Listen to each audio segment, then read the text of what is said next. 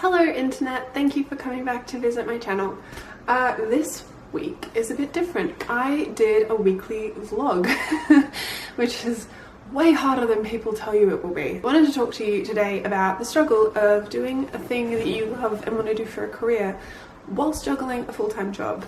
This is not explicitly related to illustration.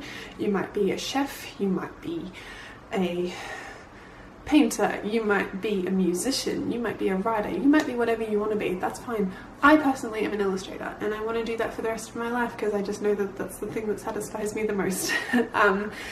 So I have to work full-time, unfortunately, to support myself right now, and it sucks a little bit at times, but in the last 12 months I've sort of figured out a system to sort of juggle my general living and working thing with my passion. So I thought it would be a good way for me to discuss this with you as well, and to show you how I work for a week outside of my day job. So that is what we're doing. At the end of the video I'm going to give you a little guide to how I do the juggling and how you can manage to do the same thing, because it is not easy. And I spent the first sort of year living out of home, almost year, I would say 9 months of living out of home, going, how the hell does anyone have time to do anything that they want to do? Like, self-motivated projects and commissions are so hard to juggle when you work full-time. So yeah, stay tuned.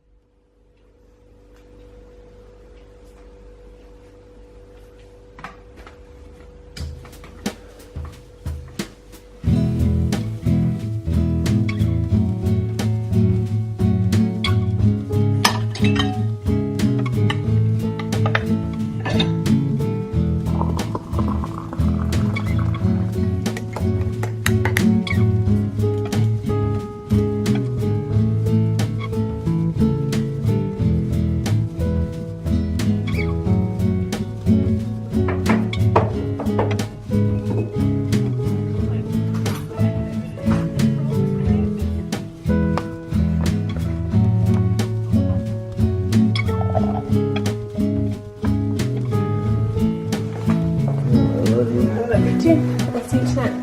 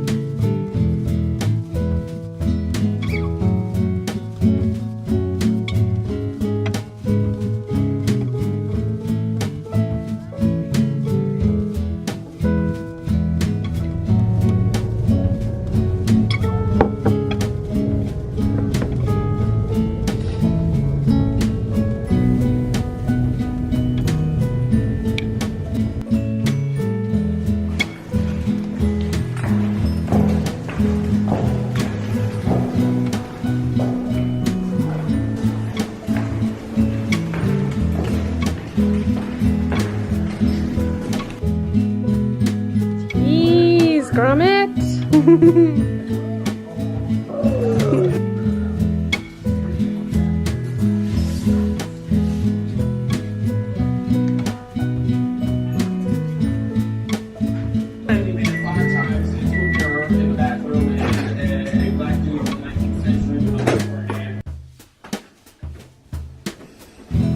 Garbage?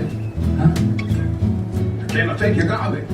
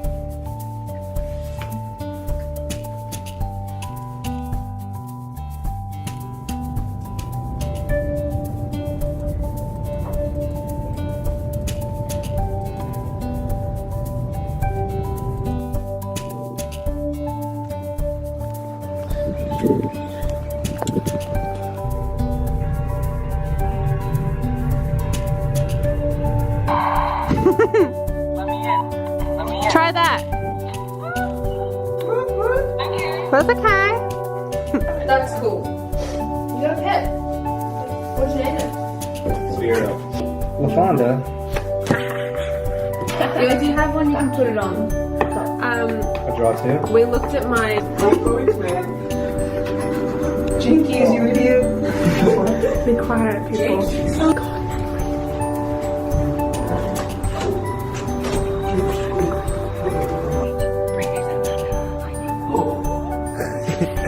Did you get it? Thanks, Lachlan. I'm so glad I have your seal of approval on this.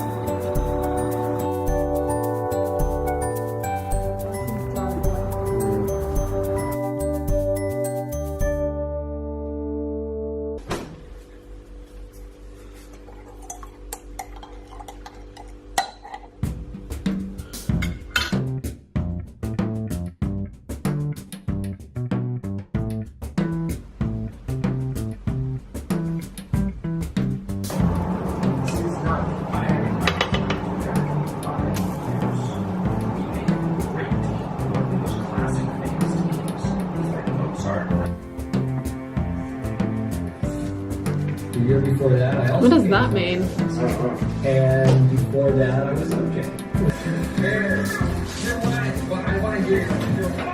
Okay, that's grab it. You know what?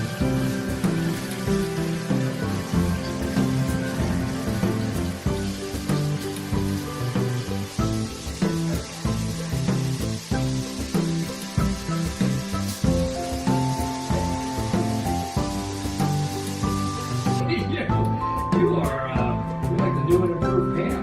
Pam 6.0. Oh,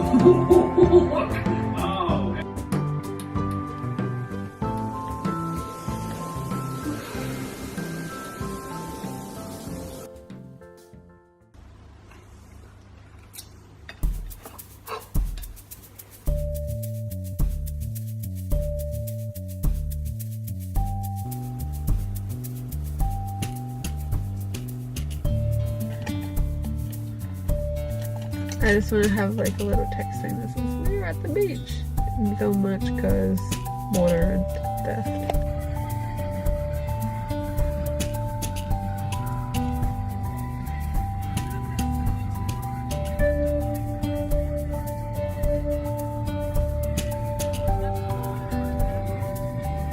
Told you I wanted to go. Yeah, I know. Before you moved to. And now you're here. How does it feel? Stinky?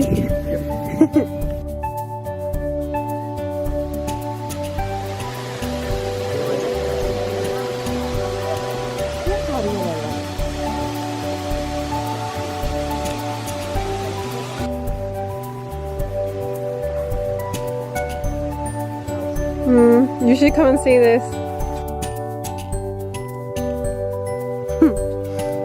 That was a very dominant step. You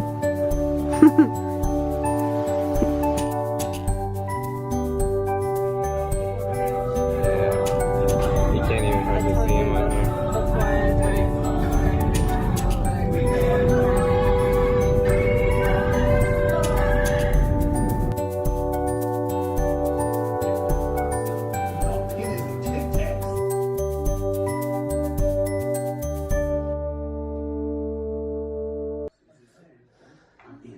It sounds fun. Hey Doc, why don't we just get a little background on who you are and just...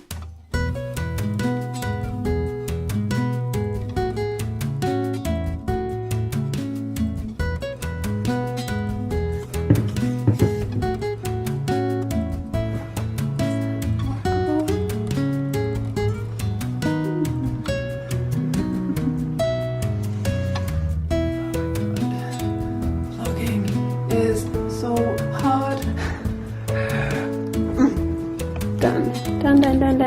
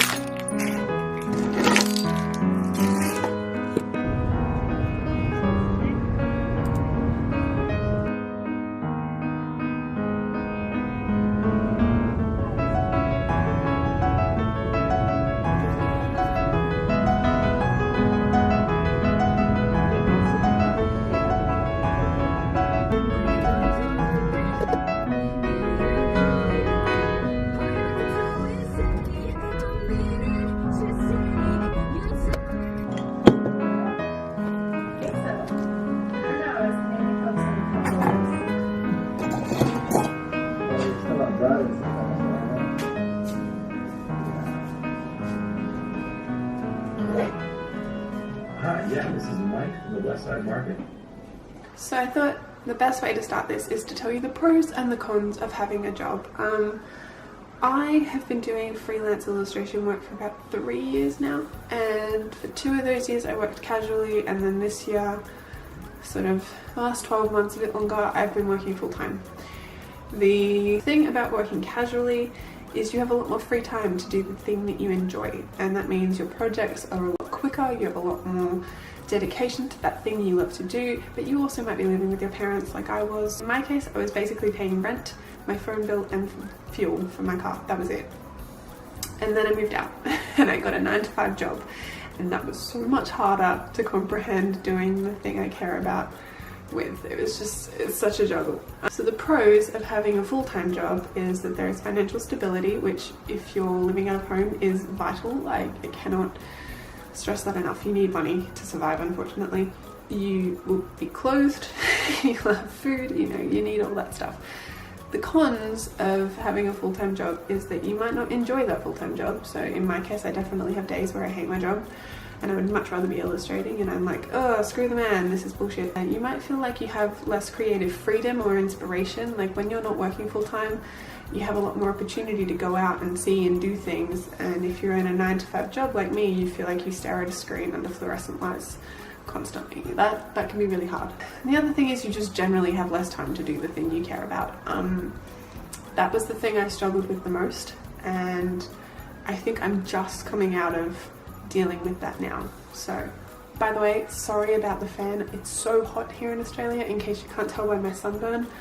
Boiling. I need some sort of air. Sorry if that's a pain. So this is my little guide on how to deal with working and doing the thing you care about. Number one, and this is something that I had to really adjust to quite quickly, is have a routine. You might have a schedule. I'm not saying you have to have it like in hourly increments, like you need to schedule when you're going to go to the bathroom as well, but just have a general idea of what time frames work for you to be creative. So in my case, I get up earlier now and I edit these videos in the mornings, or I make illustrations after work or before work. It depends really. But yeah, having a schedule really helps you use your time efficiently doing the thing you want to do. Number two is allow your process to slow down, especially if you're adjusting to full-time work. That is one of the hardest challenges you will have to face. I cannot stress this enough. When I was working casually, I could make a zine in 2 weeks if I wanted the work to be good or even great. And now I'm in the 4th to 5th week of a project, and it is so difficult to stay motivated and just keep your head straight on a project. But if you do it and you make yourself a time frame that is workable, things do happen. It might be a slower burn process, but it's still happening. You're better off going slow than stopping. Like, just make sure you're working at a speed that is safe for you. Don't work yourself too hard, because I certainly did that. I pushed myself to do things in the time frames that I was used to when I was working casually, even though I was now working full-time. Like, even though I had started working full-time, I was still squeezing in my casual routine hours, so it was really hard to adjust to that. Number three is don't be afraid to make time for this thing that you love, but also don't be afraid to make time for rest or socializing. I cannot stress this enough. This is a really fine art and a really fine balance. I am terrible at keeping up with people socially. It's my downfall.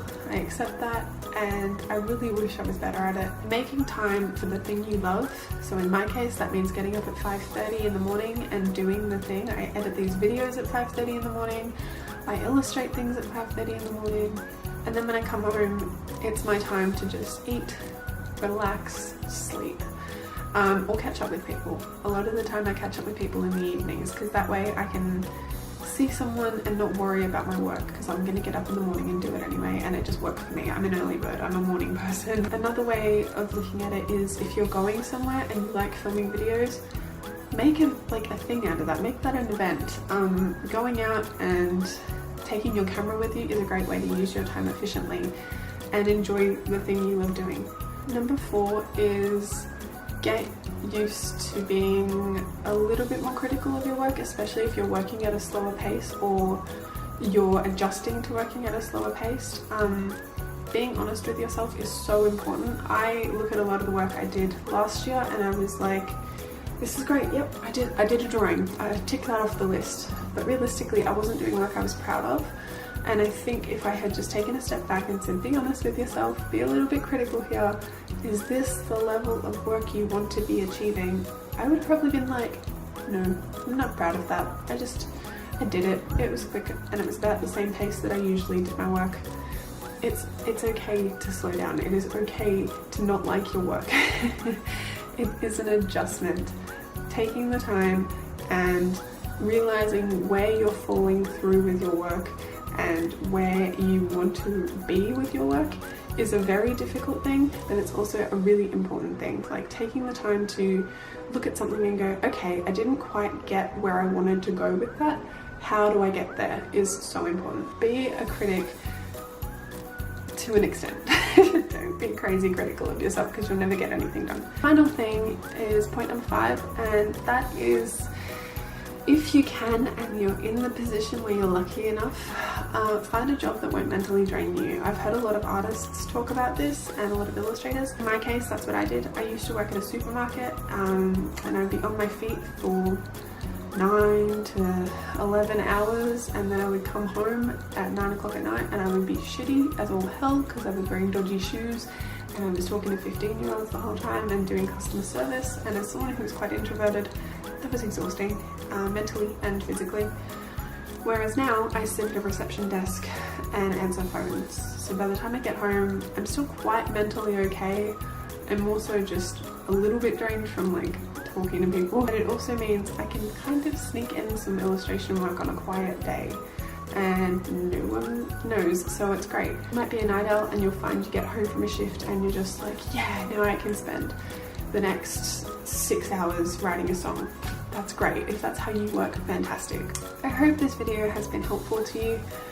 It is a very scary thing, working for someone else when you would rather be doing your own thing, but you'll get there. I know I will too. It's just a process, and yeah, try not to let your job get you down too much because I do that and I don't recommend it. I have shared a lot of my current project with my patrons, and it's coming up quite soon. The actual thing that I'm going to be sharing with everyone is going to be out in the next couple of weeks. So if you would like to see the behind the scenes process and what I'm actually sketching throughout this video, head over to Patreon. You don't have to pledge like a lot of money, even $1 a month makes a difference. And it would just be nice if you could be part of our little community. We like each other there, everyone's really nice, and you'll get to see behind the scenes stuff of my illustration process and my projects. You'll also get some rewards if you support me, including Etsy store discounts, and I have some new stuff coming up this year, so that could be really useful if you want to give people gifts or you want to buy something for yourself.